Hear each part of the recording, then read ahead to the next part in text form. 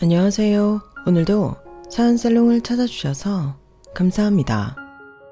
결혼 대신 파혼을 선택한 30대 여성이에요. 지금에 와서야 말이지만 솔직히 저는 딱히 결혼 생각이 없었어요. 저는 제 생활에 만족하며 살고 있었거든요. 회사 업무가 과중한 것도 아니고 직장 내에 저를 괴롭히는 상사가 있는 것도 아니고 부모님이 금전적으로 여유가 있는 분들이라서 제가 번 돈은 제가 쓰고 살면 되는 상황이니까요. 저는 공기업에 다니고 있는데 대기업에 입사한 친구들에 비하면 월급이나 복지가 떨어지는 건 사실이에요. 하지만 업무 강도나 회사에서 받는 스트레스를 생각하면 오히려 대기업에 다니는 것보다 훨씬 낫다고 자부해요. 칼퇴근을 해도 눈치 주는 사람도 없고 월차에 연차, 각종 휴일을 알뜰히 사용할 수 있고 정말 큰 사고를 치지 않는 한 잘릴 위험도 없거든요. 물론 동료들 중에는 이러다가 고인물이 되는 게 아닌가 걱정을 하는 사람들도 있지만 저처럼 생활의 안정과 개인의 행복을 추구하는 사람들한테는 정말 최고의 직장이 아닌가 생각합니다. 그래서 딱히 결혼을 생각하지 않았어요. 제 주변에는 불금을 함께할 친구들도 많았고 밤도깨비로 일본 여행도 가고 길게 휴가를 내서 해외로 여행을 떠나기도 했거든요. 아무리 편한 직장이라고는 해도 나름 스트레스가 쌓이기 마련인데 그럴 때면 친구들과 맥주 한잔을 하며 쉽게 털어내곤 했는데 언제부턴가 그게 힘들어지기 시작했어요. 불행의 시작이었던 거죠. 평생을 함께 지낼 수 있을 줄 알았던 친구들이 하나 둘 결혼을 하기 시작하더니 불과 3년 사이에 저를 빼고 모조리 시집을 가버린 거예요. 이제는 불금에 불러낼 친구도 없고 아무리 긴 휴가를 받아도 함께 여행을 떠날 친구가 없더라고요. 미안, 이번에 그이랑 발리 여행 가기로 해서 여행 같이 못 가겠다. 아, 민지랑 가라. 민지 요즘 남편이랑 사이 안 좋아서 나한테 호캉스 가자고 조르던데. 그래? 기집애, 나한테 연락하지. 그럼 바로 콜인데. 알았어, 내가 민지한테 전화해볼게. 그 말에 얼른 민지한테 전화를 해봤지만 이미 버스 떠난 뒤였어요. 야, 나 남편이랑 화해했잖아. 샤넬백 들고 와서 미안하다고 그러는데 어떻게 안 받아주냐? 다른 것도 아니고 샤넬인데. 근데 기집애야, 친구가 남편이랑 싸웠다는데 이때다 하고 바로 여행 가자고 연락을 하냐? 너 좀 서운한걸? 이래서 부부싸움은 칼로 물베기라고 하나 봐요. 괜히 저만 중간에서 좋다가 만 거죠 뭐. 이런 상황이 여러 번 반복되다 보니 어느 순간부터 결혼한 친구들과는 연락을 안 하게 되었어요. 한동안은 저 혼자 호캉스도 즐기려고 고가의 호텔 패키지도 찾아보고 가까운 동남아로 혼자 여행도 떠나보았지만 여럿이 우르르 몰려다닐 때랑 달라도 너무 다르더라고요. 눈앞에 에메랄드빛 바다가 펼쳐있고 이국적인 분위기가 물씬 풍기는 야자수가 곳곳에 있었지만 제 마음은 하나도 신나지 않았어요. 거기다 평소엔 친구들과 함께 현지 맛집을 찾아다니는 걸 좋아했던 저였지만 정작 혼자서는 현지 식당에 들어가는 것조차 힘들더라고요. 용기를 내서 들어간 건데도 주변 눈치를 보느라 음식이 입으로 들어가는지 코로 들어가는지 모를 지경이었어요. 저는 제가 혼밥을 힘들어한다는 걸 그제 알았지 뭐예요. 생각해보면 유치원 때부터 옆에 친구가 없던 순간이 없더라고요. 친구들과 휩쓸려 다니기만 했지 정작 내가 어떤 성격의 사람인지 내 스스로도 파악하지 못했던 거예요. 32년 인생이 송두리째 흔들리는 것 같은 위기감을 그때 처음 느꼈어요. 그러면서 덜컥 겁이 나기 시작했어요. 더 늦으면 내 짝을 영영 못 찾을지도 모르겠다는 생각이 들었거든요. 결국엔 친구 따라 강남 간다고 저는 분위기에 떠밀려 결혼을 서두르게 되었어요. 엄마가 그렇게 선 좀 보라고 닥달해도 꼼짝도 안 하던 제가 주변에 부탁해서 대학생 때도 하지 않던 소개팅에 나가고 결혼정보회사에 등록을 할까 고민까지 했으니 말 다 했죠 뭐. 하지만 관심이 없을 때는 저 좋다고 다가오는 남자도 많더니 정작 제가 찾아 나서자 눈을 씻고 봐도 하나도 없는 거예요. 그렇다 보니 결혼에 대한 위기의식으로 짜증은 점점 늘어갔고 주변에서는 제가 노처녀 히스테리를 부린다는 말도 나오기 시작했어요.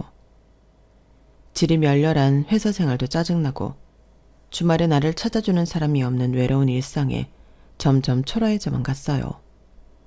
그렇게 32번째 생일을 맞았는데 창피하게도 그 흔한 저녁 약속 하나 없는 거 있죠.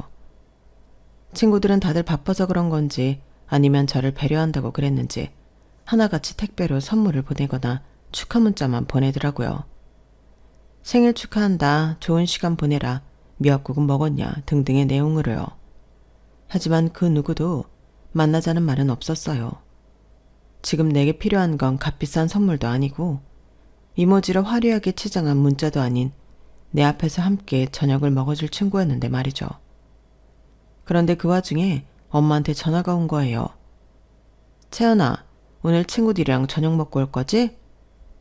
엄마의 질문에 만날 사람이 없다는 말은 죽어도 못하겠어서 약속이 있는 척 연기를 하고 말았어요.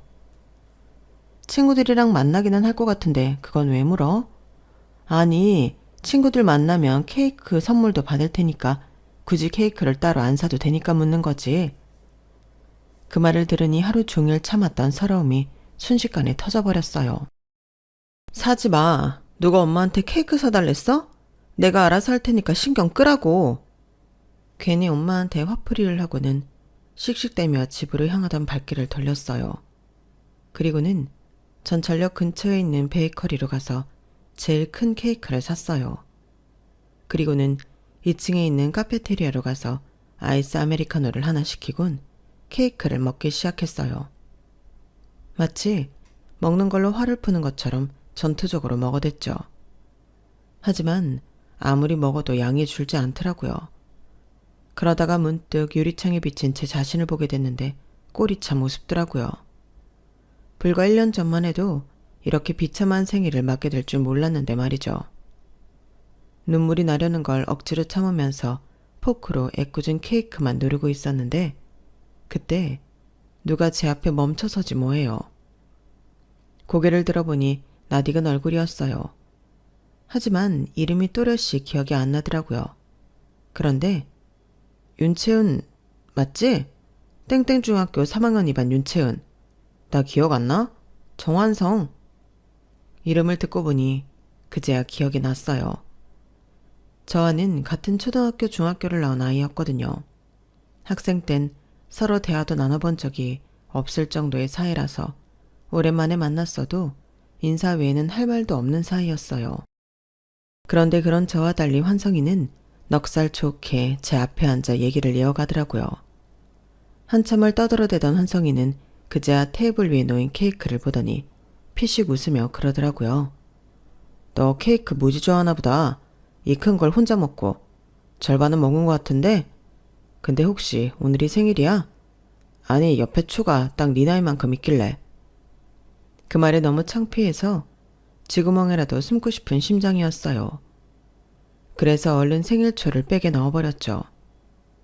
그러자 환성이가 잠시 엉망이 되어버린 케이크를 보더니 그러는 거예요. 채연아, 다 먹었으면 나랑 어디 좀 갈래? 생크림 케이크를 이렇게나 먹었으니 속이 느끼할 거 아니야. 속풀이 하러 가자. 그리고는 제가 대답할 겨를도 없이 테이블 위에 늘어져 있는 케이크와 접시를 치우기 시작했어요. 그리고는 그대로 제 손목을 잡고는 어딘가로 걸어갔어요.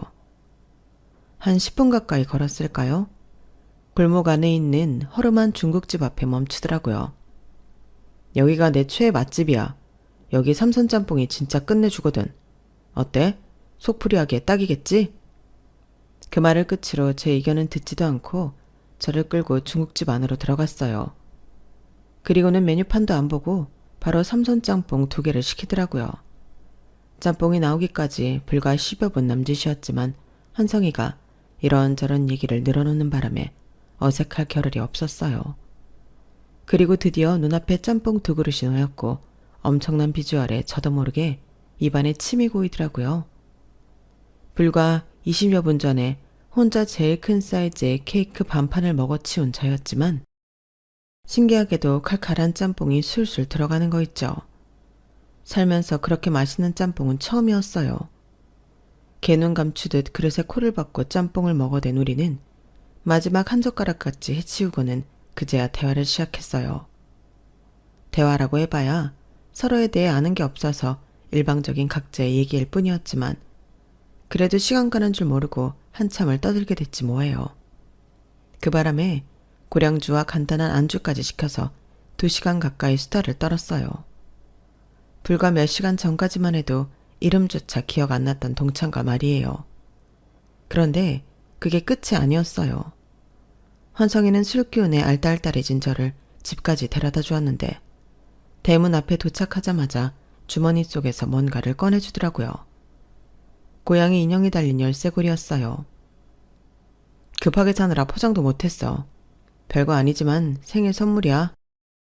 중국집에서 잠깐 화장실에 다녀온다고 자리를 비웠었는데 그때 근처에서 사온 모양이었어요.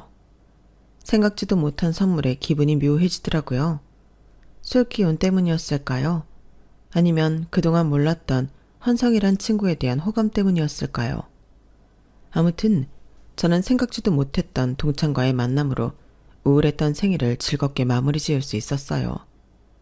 하지만 그날 이후 환성이를 다시는 볼 수 없었어요.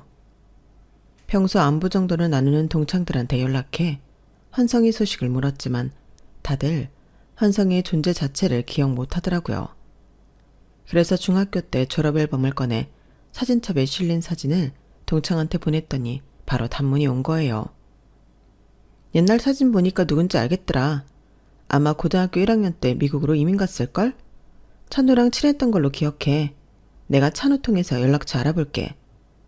그렇게 몇 다리를 건너서 드디어 저는 환성이 연락처를 손에 넣을 수 있었어요. 하지만 막상 연락하려고 보니 제가 깜박하고 안 물어본 게 있더라고요. 바로 결혼을 했는지 안 했는지였죠. 만약 결혼까지 한 친구라면 제가 연락을 하지 않는 게 맞는 거니까요. 그래서 전화번호만 저장을 한 채 딱히 액션을 취하지 않았는데 글쎄 며칠 뒤 제 카톡으로 문자가 온 거예요. 환성이더라고요. 유채은, 너 왜 내 전화번호 저장해놓고 문자도 안 하냐? 순간 아차 싶었어요. 전화번호를 저장하면 톡에 새로 뜬다는 걸 깜빡했던 거죠. 그래서 부랴부랴 단문을 했어요. 늦었지만 그날은 잘 들어갔냐? 그날 내 넋돌이 들어줘서 고마웠다. 언제 시간 되면 밥 한번 사겠다고 말이에요. 그랬더니 바로 문자가 오더라고요. 그 밥 이번 주 토요일에 사라. 너한테 할 말도 있고. 내심 다시 보게 됐다는 생각에 들뜨긴 했지만 그래도 결혼 유무를 모르는 상황이라서 약간 찜찜하긴 했어요. 막상 약속을 잡고 나니 마음이 들떠서 그랬는지 하루가 정말 길게 느껴지더라고요. 전에는 눈 뜨면 출근하고 퇴근하면 집에 와서 밥 먹고 자고 일주일이 후딱 지나가곤 했는데 그때는 정말이지 하루가 한 달처럼 느껴졌거든요. 그리고 드디어 토요일이 돼서 환성이를 만나게 되었어요. 역시나 저번에 만났을 때처럼 환성이는 마치 오래된 친구처럼 편하게 저를 대해주었어요. 이렇게 사교성이 좋은 녀석인데 왜 중학생 때는 말도 한마디 나눠보지 못했을까 의아할 정도였죠. 만나서 성수동 구경도 하고 인스타의 맛집으로 유명한 집에 가서 점심을 먹었어요. 비록 밥값이 꽤 비싸긴 했지만 그래도 환성이한테 이 정도는 해주고 싶었어요. 우울했던 제 생일을 즐겁게 만들어준 친구였으니까요. 그런데 이 녀석이 중간에 잠깐 화장실에 다녀온다고 하더니 먼저 계산을 해버린 거 있죠. 야, 왜 그랬어? 오늘은 내가 밥 산다고 그랬잖아. 그래서 일부러 비싼 데로 온 건데. 됐어. 오늘만 날이냐? 이렇게 해야 밥을 핑계로 다음에 널 또 만나지. 저를 또 만나고 싶어서 그랬다는 말에 심장이 간질간질해지는 것 같았어요. 20대 중반에 했던 마지막 연애를 끝으로 이런 감정을 다시 느끼게 될 줄은 몰랐는데 말이죠. 저기 채연아, 혹시 지금 사귀는 사람 있니? 찬우한테 듣기론 결혼은 안 했다고 들었는데 사귀는 사람이 있는지는 찬우도 모르더라고. 없어. 너는? 나야 당연히 없지. 사귀는 사람이 없다는 말에 환성이는 입술을 실룩거리며 웃음을 참았어요. 솔직히 저도 환성이랑 같은 마음이었지만 이를 악물고 티 안 내려고 했지만요. 그날 이후 우리는 밥을 산다는 핑계로 주말마다 만났고, 그럴 때마다 환성이는 먼저 계산을 해서 밥을 사준다는 약속을 한 주 한 주 밀어나갔어요. 저도 이제는 그 수법을 알고 있으면서도 일부러 속아주었고, 그렇게 2달쯤 됐을 때 우리는 사귀게 되었어요. 어릴 때 만났던 친구라 그럴까요? 사회에서 만났던 남자들과는 기분 자체가 달랐어요. 왠지 마음 한구석이 안심되는 기분이었거든요. 비록 그 시절에는 서로에 대해 관심도 없었지만 말이죠. 과거를 공유한 사이라는 건 서로에 대해 의심을 내려놓는 위험을 초래하기도 했지만 그때는 그게 문제가 될 거라고는 생각지 못했어요. 그러니 만난 지 1년도 안 돼서 결혼까지 약속하게 된 거였죠. 사심없이 사귈 때는 몰랐는데 결혼을 하기로 결정하자 그제야 제가 환성이에 대해 아는 게 아무것도 없다는 생각이 들었어요. 환성이는 매번 저를 저희 집 앞까지 데려다 주었기 때문에 저희 집도 알고 저희 부모님과 골목에서 몇 번 마주친 적도 있어서 부모님과도 안면이 있었지만 정작 저는 환성이네 집도 부모님도 뵙지 못한 상황이었거든요.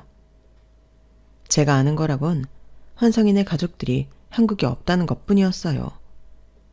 예비시댁은 환성이가 고등학생 때 미국으로 이민을 갔기 때문에 시부모님과 시동생이 미국에 살고 있었거든요. 미국이 1~2시간 걸리는 곳도 아니고 10시간도 넘게 걸리는 거리라서 만날 약속 잡는 게 참 난감하더라고요. 안 그래도 우리 엄마가 채연이 널 많이 보고 싶어 하셔. 그런데 당장은 한국에 들어오실 수가 없는 상황이라서 미안하다고 그러시네. 뭐가 미안하셔. 아무래도 결혼식 때도 한국에 들어오셔야 하는데 장기 휴가를 자주 내실 수는 없잖아. 그래서 말인데 우리가 미국으로 가는 건 어때? 금요일이나 월요일에 월차 끼면 가능할 것도 같은데. 그냥 인사만 드리고 돌아오는 일정이지만 그래도 그렇게라도 먼저 인사를 드리는 게 좋지 않을까? 나도 그러면 좋겠는데 지금 내가 회사를 옮기려는 상황이라서 월차를 쓰기가 좀 그래. 회사를 옮기려고? 그러고 보니까 난 아직 네가 어느 회사에 다니는지도 모르고 있네. 물어봐도 대답도 안 해주고. 더 혹시 간첩은 아니지? 우스갯소리로 한 말이었는데 그 말에 환성이는 난처한 표정이 되었어요. 실은 곧 이직할 생각이라서 어디라고 말하기가 좀 그래.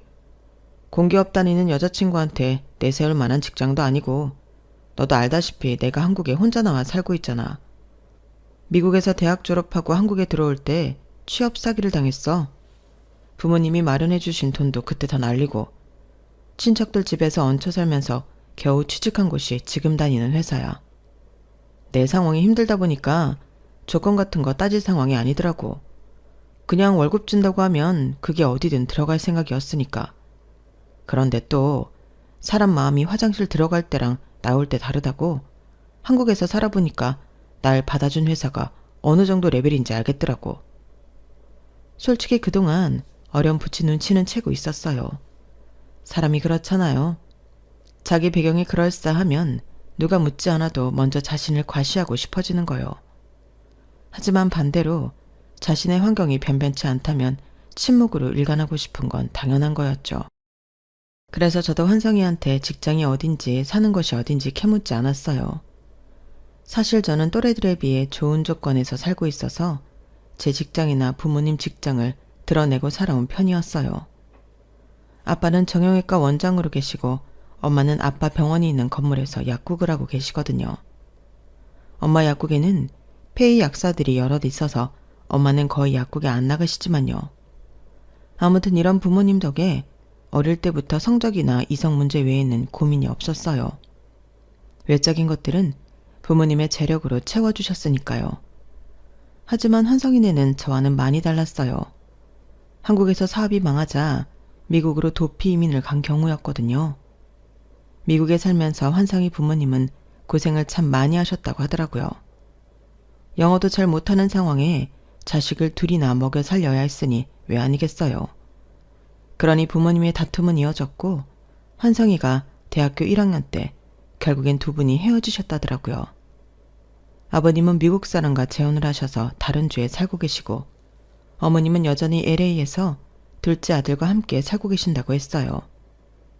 대형 마트에서 일하신다고 하는데 그렇다 보니 생활이 그리 넉넉한 편은 아닌 것 같더라고요.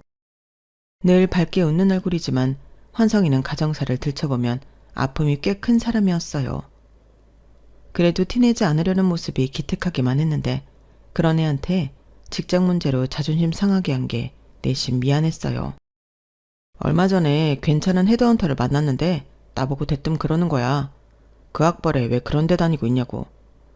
사실 너랑 결혼할 생각이 없었다면 어려울 때 날 받아준 게 고마워서라도 그냥 지금 다니는 회사에 만족하고 살 텐데 공기업 다니는 네 옆에 서는 게 부끄럽고 자존심이 상해서 옮겨야겠다고 생각했어. 지금 얘기가 잘 진행 중이라서 다음 달쯤이면 마무리 지을 수 있을 거야. 그래도 옮기려는 회사는 꽤 괜찮은 데니까 이직 성공하면 그때 말해줄게. 걱정 끼쳐서 미안해. 어차피 결혼까지 할 사이인데 굳이 숨길 게 뭐 있냐 싶기도 했지만 자격지심 때문에 그러는 것 같아서 더는 캐묻지 않았어요. 이직하면 어련히 말해줄 거라고 믿었으니까요. 그런데 저는 이렇게 이해한다 쳐도 저희 부모님 생각은 달랐어요. 사돈이 어떤 사람들인지도 모른 채 하나뿐인 딸 자식 혼사를 진행할 수 없다는 거였죠. 아니 아무리 그래도 시부모가 어떤 사람들인지는 봐야 할 거 아니니. 그쪽 부모님도 며느리감을 보셔야 결혼을 찬성하든 말든 하실 테고. 결혼이 당사자들 마음만으로 진행되는 건 줄 알아? 어떻게 니들은 결혼을 니네 좋을 대로 몰아치려고 그러니? 어차피 상견례도 해야 하니까 우리가 직접 미국에 방문하겠다고 하고 환성이한테 말해봐. 엄마, 그냥 좀 기다려주면 안 돼? 환성이 이직하면 그때 우리가 미국으로 인사드리러 갈 거야. 그때 가서 얘기해 볼 테니까 일단은. 그러자 엄마가 제 말을 딱 자르며 그러시는 거예요. 얘 좀 봐. 결혼이 애들 장난인 줄 아니? 당장 올가을에 결혼하겠다는 애들이 왜 이렇게 천하태평이야? 속옷 하나 살 때도 가진 까탈은 다 부리는 애가 어떻게 된 게 지 인생에 걸린 결혼은 이렇게 허당처럼 굴어. 잔소리 말고 환성이한테 얘기해. 네가 안 하면 내가 직접 불러서 할 테니까. 엄마의 닥달에 못 이겨 그날 밤 환성이한테 엄마의 뜻을 전했어요. 그랬더니 며칠만 기다려달라고 그러더라고요. 그리고는 며칠 뒤 어머님이랑 아버님이 잠깐 한국에 들어오시기로 했다는 거예요. 저희 부모님은 환성이 부모님의 이혼을 모르고 계셔서 아버님도 같이 오시기로 했다더라고요. 그러면서 갑작스럽긴 하지만 그때 상견례를 하자고 했어요. 당연히 저희 쪽에서는 찬성이었죠. 저희 부모님께서는 시댁에서 먼 길 오시는 거니까 언제든 상관없다고 예비 시부모님 일정에 맞춰서 날짜를 잡으라고 하셨어요. 상견례 비용도 내주시겠다고요. 그렇게 열흘 뒤 삼청동에 있는 한정식 집에서 상견례를 하게 됐어요. 아무래도 시부모님 되실 분들을 처음 만나는 자리여서 그런가 은근히 떨리더라고요. 그런데 이런 제 걱정이 무색하도록 예비 시부모님께서 너무 편하게 대해주셔서 금세 편한 마음으로 식사를 할 수 있었어요. 시동생은 직장 때문에 이번에 오지 못했지만 결혼식 때는 참석하겠다고 하시더라고요. 예비 시부모님께서 결혼식이나 신혼집, 그 밖에 혼수와 예단 문제까지 모든 걸 저희 쪽에 맞춰주셔서 분위기는 화기애애하게 이어졌어요. 그런데 집에 돌아오자마자 엄마가 고개를 갸우뚱하시면서 그러시는 거예요. 요즘에도 땡땡 브랜드 구두를 신는 사람이 있네? 그거 예전에 한창 유행했던 브랜드인데. 그런데 땡땡 브랜드 구두를 미국에도 수출하나? 엄마, 갑자기 그게 무슨 소리야? 아니, 아까 환성이 엄마가 신고 온 구두 말이야. 그거 분명히 땡땡 브랜드 구두였거든. 나도 처녀 때 거기 구두 자주 신어서 장식 문양만 봐도 잘 안다고. 그 회사가 지금은 중저가 브랜드가 됐지만 예전엔 나름 가격대가 있는 브랜드였잖아. 암튼 그게 중요한 게 아니라 LA에 사는 사람이 그 구두를 어떻게 구했을까? 참 신기하네. 에이, 한국에 와서 사 신으셨나 보지. 아니면 환성이가 미국에 보내드린 걸 수도 있고. 엄마는 별걸 다 신경 쓰고 그래. 그때는 별거 아닌 걸로 넘겼었는데 지나고 보니 그것도 일종의 단서라면 단서였어요. 예비 시부모님이 미국으로 가시기 전에 제가 따로 만나뵈려고 했지만 친척분들을 만나야 한다고 하셔서 그날 이후 다시 뵙지는 못했어요. 예비 시부모님이 다시 미국으로 돌아가시고 며칠 뒤 환성이는 저희 부모님께 상견례 비용까지 내주셔서 감사드린다며 토종 꿀을 들고 왔더라고요. 그런데 환성이가 저희 집에 찾아오고 얼마 뒤 제가 환성이가 사는 원룸에 찾아갔는데 집 앞 쓰레기 분리수거함에 그 토종꿀 박스가 여러 개 쌓여 있더라고요. 집 안에는 그 꿀을 생산한 농원 이름이 적힌 명함도 여러 장 있더라고요. 그래서 순간 그런 생각을 했어요. 환성이가 다니는 회사가 이 꿀을 파는 농원인가 보다 하고 말이죠. 그래서 몰래 명함을 한 장 챙겨두었어요. 예비 시부모님이 한국에 다녀가시고부터는 본격적으로 결혼 준비를 시작했어요. 예식은 준비 기간이 짧았던 터라 결혼식장을 구할 수 없어서 제 모교 교수회관에서 하기로 했고 신혼집은 황성이 아버님이 마련해 주시기로 했어요. 자가는 아니었지만 그래도 서울에 있는 32평 아파트였기 때문에 전세 보증금만 해도 수억이 넘는 집이었어요. 환성인의 집 사정을 잘 아는 저로서는 낼름 받기가 좀 그렇더라고요. 그래서 신혼집을 구하는데 돈을 좀 보태겠다고 했더니 환성이가 극구 반대하는 거예요. 대신 넌 혼수를 해오잖아. 요즘은 가전제품만 해도 가격이 엄청나서 집 전체를 채우려면 1억은 너끈히 들걸? TV만 해도 얼만데. 그래도 아파트 보증금에 비하면 별거 아니지. 그런데 아버님은 형편이 좀 괜찮으셔? 아니, 어머님이랑 이혼까지 하셨는데 아들 결혼한다고 몇 억짜리 집을 해주시는 게 부담돼서 그래. 걱정하지 마. 아빠는 나한테 그 정도 해줘도 되니까. 아빠 세 부인이 돈이 엄청 많은 사람이거든.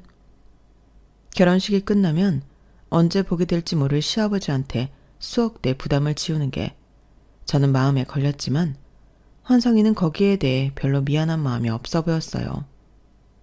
아무래도 가족을 버리고 돈 많은 여자를 택한 아빠에 대한 미움이 깔린 게 아닌가 하는 생각이 들더라고요. 환성이 말대로 아파트에 혼수를 채우는데 돈이 엄청 들긴 했어요. 다 해서 1억이 조금 넘게 들었거든요.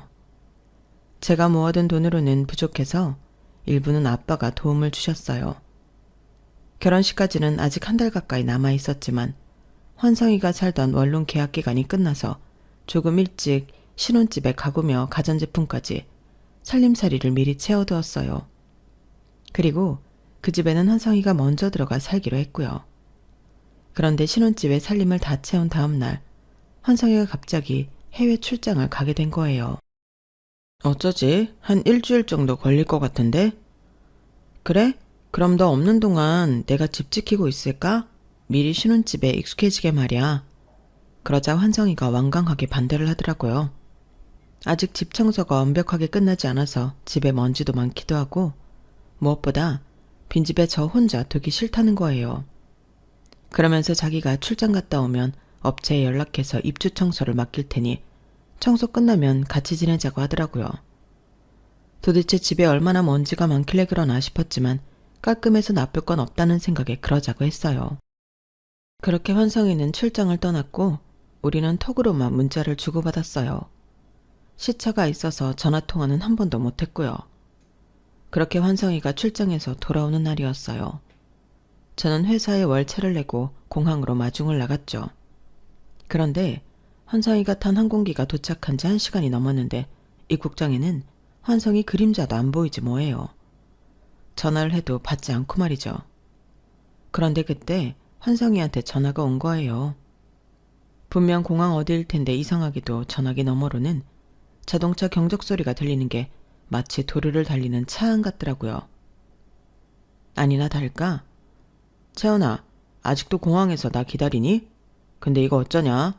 나 공항 아닌데? 그게 무슨 소리야? 그럼 어딘데? 아, 얘 진짜 웃기는 애네. 야, 도망치는 놈이 어디로 도망가는지 말해주는 거 봤냐? 채연아, 네가 고생은 안 해봐서 세상이 온통 꽃밭으로 보이나 본데 너 그렇게 살면 평생 나 같은 놈 만나 당하고 산다? 전화기 너머의 환성이는 더 이상 제가 알던 사람이 아닌 것 같았어요. 소름이 끼칠 정도로 야비한 사기꾼 같더라고요. 정환성, 너 왜 이래? 도대체 무슨 소리를 하는 거냐고. 네가 도망을 왜 가? 말해봐, 이게 무슨 소린지. 윤채연, 정신 좀 차려. 어떻게 된 애가 의심이란 걸 안 하냐? 나 지금 네가 열심히 채워놓은 혼수 판돈 들고 튀는 중이야. 일주일 동안 당근에서 그거 파느라 엄청 바빴잖냐. 네가 그래도 좀 사는 집에라 그런가 하나같이 고가 제품으로 사들여놔서 직장인 2년 연봉을 일주일 만에 손에 넣었다는 거 아니냐. 그래도 너 나 만나는 동안 행복했잖아. 안 그래? 그 정도면 공주 대접 톡톡히 받았지 뭐. 네가 어디 가서 그런 대접을 받아보냐? 그러니까 이 돈은 파원 위자료라고 생각해. 잘 쓸게. 아, 그리고 말야. 마지막이니까 내가 충고 하나만 할게. 야, 너 앞으로 남자 만나거든 제발 의심이란 것 좀 하고 만나라. 내가 지금까지 만났던 여자들 중에 너처럼 등쳐먹기 쉬운 상태도 없었어. 그럼 그동안 즐거웠다. 그렇게 환상이와의 마지막 통화는 끝이 났어요. 저는 환상이의 마지막 말에 머리 뚜껑이 열리는 것처럼 화가 났어요. 의심 좀 하라고요? 솔직히 제가 그동안 의심 하나 없이 자기를 만났을 거라고 생각했나 본데 그건 아니었어요. 그래서 그 증거로 제가 가지고 있던 명함을 찍어 환상이한테 보냈어요. 환상이네 집에 갔을 때 집안에서 발견했던 그 명함이었죠. 그랬더니 바로 환상이가 전화를 했더라고요. 제가 전화를 받지 않자 다급하게 문자까지 보내는데 이제야 자기가 어떤 상황인지 파악이 좀 되는 듯 하더군요. 채연아, 전화 좀 받아. 너 그 명함 어디서 났어? 아이씨, 내가 잘못했으니까 제발 전화 좀 받아줘. 방금 전까지만 해도 저를 조롱하던 인간이 명함 한 장에 사색이 돼서는 이렇게 태세전환이 됐지 뭐예요. 왜 순식간에 상황이 역전됐냐고요? 그건 환상이에게는 지키고 싶은 사람, 자신의 잘못을 절대 알아서는 안 되는 사람이 있기 때문이었어요. 그건 바로 그의 아내와 자식이었어요. 사실 처음에 이 명함을 발견했을 때는 이 농원이 환상이가 다니는 직장인 줄 알았어요. 그런데 업체를 통해 알아보니까 그 농원은 환상이 아내가 친정 부모님과 하는 농원이더라고요. 둘 사이에는 5살짜리 딸도 있었어요. 밖에서는 여자들을 등쳐먹고 사는 주제였지만 꼴에 자기 부인과 딸에 대한 애착은 강한 인간이더라고요. 저랑 만나는 동안에도 매일 수차례씩 딸아이와 영상통화를 했을 정도로요. 제가 이 모든 사실을 알게 된 건 환상이가 출장을 떠나고 이틀 뒤였어요. 조사 내용을 보고 너무 충격을 받아서 회사에 병가를 내고 며칠간 침대에 누워 울기만 했어요. 제가 환상이한테 줄기차게 연락을 하고 직접 공항까지 마중을 나간 것도 애정 때문이 아니라 어떻게든 이놈을 잡아서 경찰에 넘길 요량이었던 거고요. 미리 전화로 상황을 알리면 도망칠까봐 아는 티를 안 냈던 건데 이놈이 출장은커녕 그 사이 집에서 혼수 되팔이 노릇을 하고 있었다니 정말 끝까지 용서가 안 되는 놈이더라고요. 그날 오후 환성이는 저희 집에 찾아왔어요.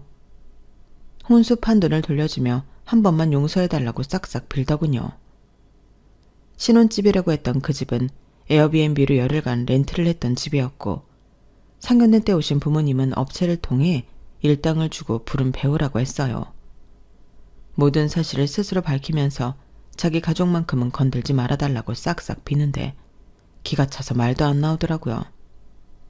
자기는 사람 마음을 이렇게 함부로 짓밟아 놓고는 그 와중에도 자기 가족을 지키려 들다니 말이에요. 그뿐인가요? 어디서 감히 용서를 우는애요. 천하의 쓰레기 같은 짓을 하고 살면서 되도 않게 지 자식이 알게 될까봐 벌벌 떠는 꼴이라니 이런 것도 부모라고 말이에요. 하지만 한성이가 하나는 알고 둘은 모르는 게 있었어요. 그건 자기만 자식을 아끼는 부모가 아니란 거였죠. 하나뿐인 딸한테 씻을 수 없는 상처를 준 놈을 저희 아빠가 가만두실 리가 없잖아요. 찢어 죽이고 말려 죽여도 시원찮을 놈인데 말이에요. 어디서 감히 용서를 입에 올려? 네 놈이 자식 앞에서 부끄러운 건 아냐? 인생을 오물이 잔뜩 묻은 걸레처럼 더럽고 구차하게 살아온 놈이 감히 부모 노릇을 하려 들어? 너 같은 놈한테 그런 건 사치야. 네가 내 딸 눈에서 눈물 뽑은 것처럼 나도 네 딸한테 똑같이 해줄 거다. 그러니 잔말 말고 꺼져. 네 놈이 그동안 여자들 눈에서 눈물 빼고 돈 뜯어갔던 거 하나도 빠짐없이 네 자식이 알게 해줄 거라고. 그러니 평생 창피한 부모로 살아. 인간처럼 살아볼 생각 손톱만큼도 하지 말고 네가 지은 죄 그대로 오물 뒤집어 쓴 채로 살라고. 그렇게 결혼 사기를 쳤던 환성이는 결국 경찰에 끌려갔고 그렇게 법의 심판을 받게 되었어요. 업체를 통해 찾아보니 저처럼 환성이한테 속아 돈을 뜯긴 여자가 자그마치 4명이나 더 있더라고요.